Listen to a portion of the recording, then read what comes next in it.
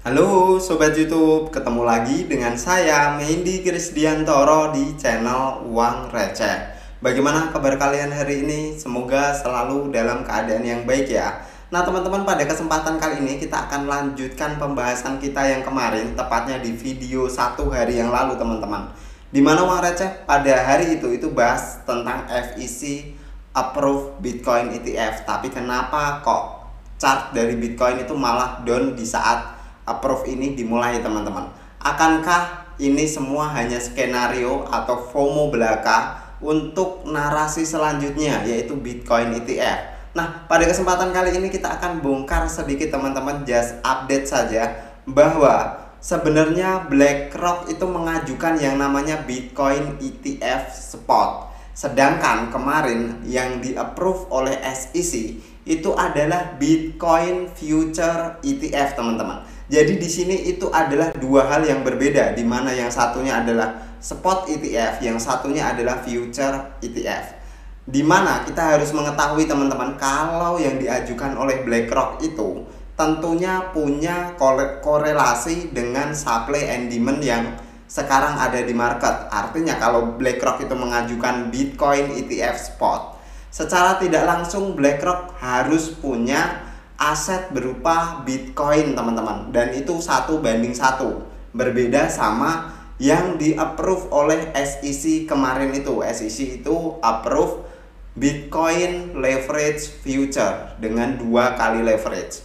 Artinya itu hanya perdagangan kontrak Bitcoin, di mana tidak memberikan impact langsung ke market secara nyata. Nah, di sini harusnya kalian sudah mulai paham kenaikan rally dari Bitcoin pada beberapa hari ini memang cukup impulsif teman-teman, karena ada gembar-gembor BlackRock itu sounding mau mengajukan atau purpose yang namanya Bitcoin ETF Spot. Dan di hari hanya sekitar 2 hari yang lalu kita melihat Twitter itu kembali ramai dan membuat harga Bitcoin sempat spike dari 29 ribuan itu langsung menyentuh ke level sekitar 31.000 teman-teman, after diresmikannya Bitcoin ETF tapi yang versi futures.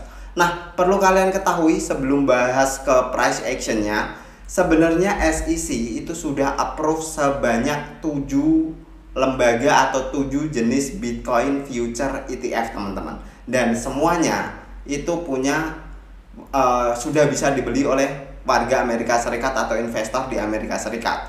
Tapi dari ketujuh yang di-approve oleh SEC itu tidak ada satupun yang bermain di Bitcoin ETF Spot teman-teman.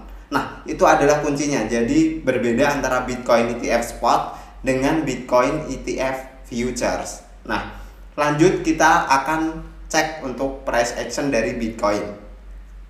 Nah teman-teman, kalau kita pakai Fibonacci, buat kalian yang sering menggunakan Fibonacci sebagai salah satu analisis teknikalnya, kita melihat bahwa pergerakan Bitcoin untuk pump di sekitaran tanggal 15 Juni kemarin sampai hari ini, kita misal menggunakan Fibonacci retracement dari swing low-nya menuju ke swing high-nya teman-teman.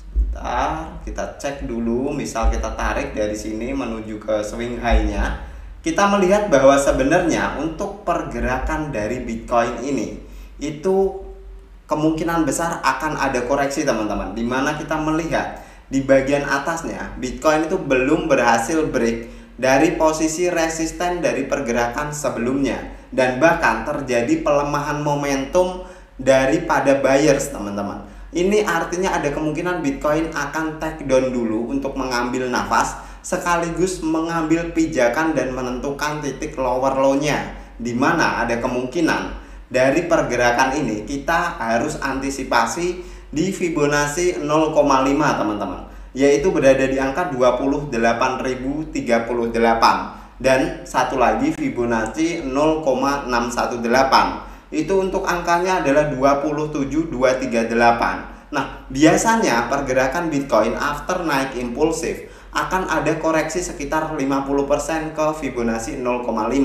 Hal ini juga bisa kita lihat di pergerakan sebelumnya teman-teman, dimana kalau kita gunakan Fibonacci juga di sekitaran area itu, terlihat dengan jelas pada waktu Bitcoin itu menyentuh dip di tanggal 10 Maret tahun 2023 kita tarik ke swing high-nya di sekitaran level 31 juga teman-teman. Kita melihat bahwa pergerakan atau koreksi Bitcoin itu selanjutnya menyentuh ke kisaran Fibonacci 0,5, yaitu berada di angka 25.270, dan paling bawahnya itu mendekati ke Fibo 0,618 di angka 23.917, dan itu exactly teman-teman sebenarnya tepat di bagian sebelah sini teman-teman, tanggal 15 kemarin, sebelum Bitcoin kembali rally ke sekitaran level 31.000. Dan sebenarnya ini tidak terjadi satu atau dua kali saja teman-teman. Bahkan kalau kita geser ke bagian bawahnya, kita ambil dari swing low-nya menuju ke swing high di pergerakan sebelumnya, kita melihat exactly Bitcoin itu menyentuh ke Fibo 0,5 sampai 0,618. Artinya di sini ada kemungkinan valid pada pergerakan sekarang jika Bitcoin itu tidak mampu memaintain posisinya di sekitaran area atas sebelah sini teman-teman, di level 30 ribuan. Ada kemungkinan Bitcoin akan back lagi ke Fibo 0,5 yaitu 28.038, dan worst case skenario nya bisa saja ke level 27.000 teman-teman. Itu yang perlu kita jaga-jaga, dan menurut uang receh pribadi itu sangat memungkinkan di pergerakan Bitcoin yang sekarang. Nah, selain itu menurut uang receh juga yang perlu kita antisipasi adalah pergerakan dari IMA 21, di mana menurut uang receh IMA 21 ini selain sebagai pijakan atau support fleksibel sekaligus resisten fleksibel dari Bitcoin, kita melihat untuk IMA 21 ini ada kemungkinan akan terus naik, dan ini juga bertepatan dengan sekitaran area dari Fibo 0,5%. Nah, selain itu beberapa titik yang perlu kita pantau teman-teman. Menurut uang receh, kalau Bitcoin memang benar-benar pump, artinya ETF yang diajukan BlackRock berupa Bitcoin ETF spot itu disetujui, akan ada uang banyak yang mengalir ke cryptocurrency teman-teman. Dan ini tentunya menjadikan market crypto itu seperti kebanjiran uang, dimana kita tahu untuk BlackRock sendiri itu mengelola aset fund asset manager sebesar 10 triliun US dollar. Bisa kita bayangkan kalau misal BlackRock pakai 10% dananya aja itu masuk ke kripto, artinya akan ada tambahan uang itu yang masuk ke kripto sekitar 1 triliun US dollar. Padahal kita sama-sama tahu di sekitaran bull market tahun 2021 waktu Bitcoin itu mencapai harga 65 ribuan, market cap dari cryptocurrency itu hanya sebesar 2 triliun US dollar. Artinya kalau kita bandingkan dengan saham, kita bandingkan dengan market yang lain, market kripto itu market capnya masih kecil sekali teman-teman. Artinya dibanding beberapa market yang lain, mungkin market kripto itu hanya sebesar 2% dari beberapa market yang cukup besar yang ada di dunia. Dan jika memang BlackRock sudah melirik Bitcoin, itu adalah sebuah kemajuan yang besar buat industri cryptocurrency, terutama untuk Bitcoin sendiri teman-teman. Kita ngomongin untuk Bitcoin sendiri. Untuk altcoin ada kemungkinan memang akan ikut naik, tapi kalau melihat perkembangan secara regulasi, uang receh tidak berharap banyak dari altcoin, terutama mungkin koin-koin yang tidak termasuk ke dalam atau jaringan Bitcoin atau tidak termasuk ke dalam komoditi teman-teman yang disebutkan oleh SEC. Beberapa koin yang perlu kita pantau yang sekarang itu menjadi watchlist dari uang receh, sebenarnya itu ada Bitcoin sendiri, ada Ethereum, terus ada Litecoin, ada Bitcoin Cash. Kita bisa cek 4 koin itu yang sama sekali menurut uang receh nggak pernah disenggol oleh SEC. Artinya ada kemungkinan memang secara decentralized untuk 4 koin tersebut cukup bagus sekali, dan bisa kita anggap 4 koin itu adalah bentuk dari Bitcoin teman-teman. Nah, selain itu, memang kalau secara price action ini Bitcoin berhasil close di atas 31.000 atau bahkan 32.000, ada kemungkinan Bitcoin itu bisa rally ke 35 sampai 45.000. Tapi kita jangan FOMO dulu, karena kemarin akibat kena makanan FOMO mungkin banyak orang-orang yang melakukan entry di sekitaran level 30.000 atau bahkan 31.000 teman-teman. Padahal mereka yang menunggu kabar pengesahan dari Bitcoin ETF ini, yang disahkan adalah Bitcoin ETF Futures.